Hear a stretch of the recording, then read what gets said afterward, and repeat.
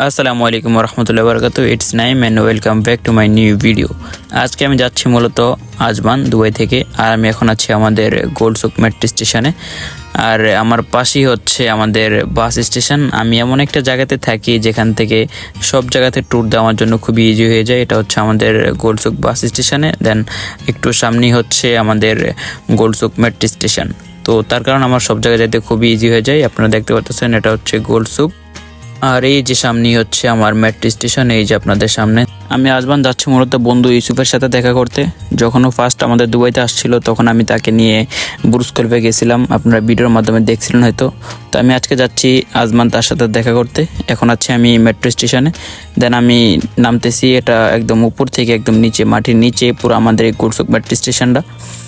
দেন আমি এই যে এটা হচ্ছে আমাদের মেট্রো স্টেশন, আমি আপনাদেরকে দেখাই। আমার কার্ডের টাকা নেই, আমি এখন আমার কার্ডটা টপ আপ করবো, কার্ডের টাকা ঢুকাবো। তো আমার কার্ডটা আমি এখন মেশিনে দিব, দেন আমি টাকা টপ আপ করবো এদিক থেকে। Oh no, you card will expire সুন।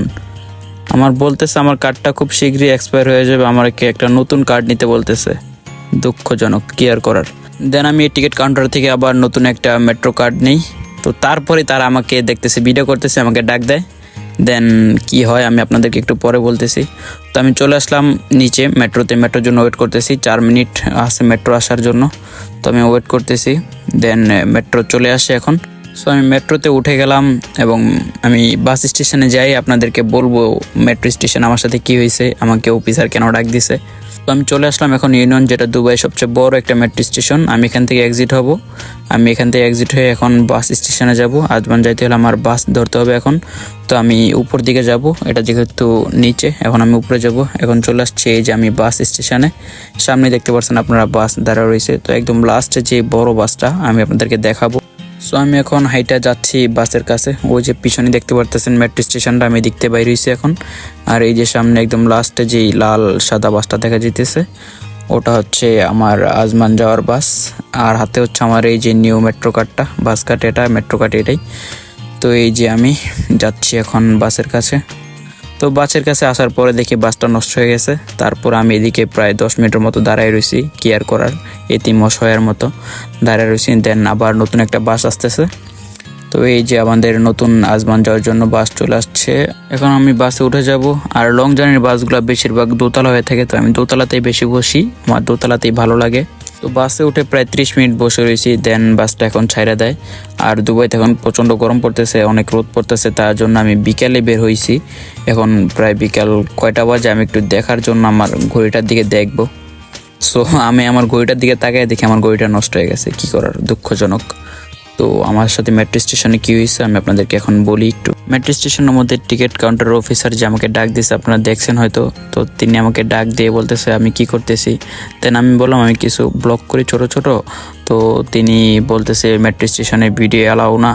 তো আমার হাতেই আমার ভিডিওগুলা কাইটা দিল, ডিলিট করে দিল। যতগুলো ক্লিপ আপনারা দেখছেন মেট্রো স্টেশনের ভিতরে সবগুলো তারা রিমুভ করে দিছে।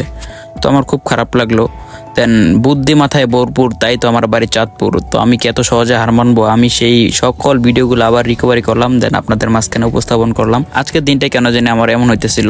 সচরাচর আমি ফোনে রিচার্জ করি নাই, তো আজকে বাইরে যাবো যেহেতু ফোন রিচার্জ করতে গেছিলাম দোকানে। দেন ফোন টাকা রিচার্জ করে টাকা আসে নাই ফোনে, তো আবার নতুন করে রিচার্জ করলাম। দেন মেট্রো স্টেশনে গেলাম, সেখানে যেও ঝামেলা, ভিডিও করতে দিল না। দেন বাস স্টেশনে আসলাম, সেখানেও এসে দেখি আমার বাস নষ্ট হয়ে গেছে। তো আজকে যে কি হইতেছিল আমার সাথে আমি নিজেও বুঝতে পারতেছিলাম না। সো গাড়িতে এই কথা ভাবতে ভাবতে আমি চলে আসছি এখন শারজাহ। আজমান যাইতে হলে শারজার উপরে যাইতে হয়। আপনারা দেখতে পারতেছেন এই যে আল শারজাহ। আমি এখন শারজাতে এন্ট্রি হচ্ছি। শারজাটা মূলত আমাদের দুবাইয়ের মতো অনেক উন্নত। শারজাতে অনেক বড় বড় বিল্ডিং এবং শারজার কিছু রোড ঘাট আছে, এতটা ফেমাস এবং অনেক সুন্দর। এই রোডে যাওয়ার সময় আর কি একটা মসজিদ পড়ে, মসজিদুল আকসার মতো মেম্বারটা, আমার ওই মসজিদটা অনেক ভালো লাগে। আমি আপনাদেরকে দেখাবো সেই মসজিদটা। তো আপনারা ভিডিওটা কন্টিনিউ করতে থাকেন।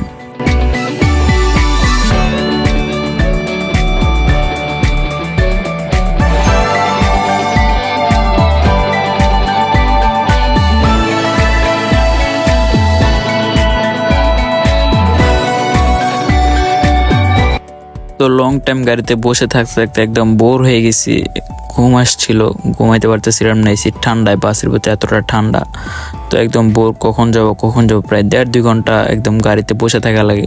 তার কারণে আমি আজমান আসি না, প্রায় 2-2.5 ঘন্টা গাড়িতে জার্নি করে আসা। তো আপনাদেরকে যে মসজিদটার কথা বলছিলাম, এই যে মসজিদুল আকসার মতো মেম্বার যে মসজিদটা, এই মসজিদটা আমার খুবই পছন্দ। দেন এটার সামনে আর একটা মসজিদ আছে, ওই যে আপনারা দেখতে পারতেছেন, এই মসজিদটা অনেক ভালো লাগে। দুবাইতে অনেক মসজিদ আছে সুন্দর সুন্দর। এই মাঠের মাঝখানে দেখতে পাচ্ছেন কোরআন শরীফের মতো একটা সাজায় রাখছে। তো দেখতে দেখতে আমি চলে আসছি এখন আজমান। আমি এখন আজমানে এন্ট্রি হলাম, দেখলেন যে আপনারা।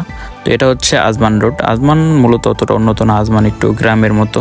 আজমানে বড় বড় বিল্ডিং খুবই কম, আজমানে আর কি ফ্যামিলি বেশি থাকে। তো আমি চলে আসছি এখন। আমি ইউসুফকে কল দিছি গাড়ি থেকে নাইমা, যে তুই কই, ও বলছে তুই আগে, আমি রুমে আসছি। তো আমি যাচ্ছি ওর রুমের দিকে, দেন ওর সাথে মিট হবে এখন। তো এই যে চলে আসছে বন্ধু ইউসুফ, পাফর মারতেছে আমার সাথে। তো আমরা এখন দুজন হাঁটতে হাঁটতে একটু সাগর পাড়ের দিকে যাব, আজমান বিচের পাড়ে, একটু ঠান্ডা হাওয়া ফিল নেওয়ার জন্য। তো চলে আসলাম বন্ধুকে নিয়ে আজমান বিচের পাড়। ক্যামেরাটা একটু ঘোলা ঘোলা দেখা যাচ্ছে, লাইটের আলো নাই তো সেহেতু ক্যামেরা একটু ঘোলা দেখা যাচ্ছে। তো আজকে প্রচুর বাতাস ছিল এবং বাতাসের সাথে সাথে অনেক ঢেউও ছিল। তো অনেক ভালো লাগলো এখানে।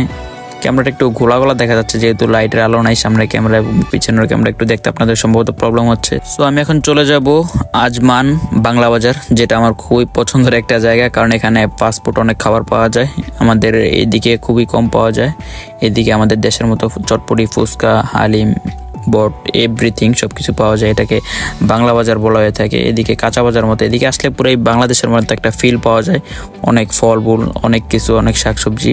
এটা পুরোটা একটা আর কি আড়তের মতো, আমাদের দেশে আড়ত বলে থাকি আমরা, আড়তের মতো একটা বাংলাদেশি পরিবেশ আর কি। এদিকে সবাই বাংলাদেশি, যারা দোকানদারি করে, যারা কাস্টমার অধিকাংশই বাংলাদেশি। তো এইদিকে দেখতে পাচ্ছেন ফাস্টফুড, যেগুলো আমি খাই, বেশি পছন্দের খাবার। তো এদিকে নাস্তা করলাম আলহামদুলিল্লাহ। তো এখন যাওয়ার পালা, এখন চলে যাব। তো যাওয়ার আগে দিয়ে এদিক থেকে কিছু ফল কিনে নিই, যেহেতু আমাদের তুলনায় এদিকে ফলের দাম খুবই কম। তো আমি ইউসুফকে বলি আমাকে কিছু ফল কিনে দে। তো ইউসুফকে নিয়ে সামনে যাচ্ছিলাম একটা ফলের দোকানে ফল কিনতে।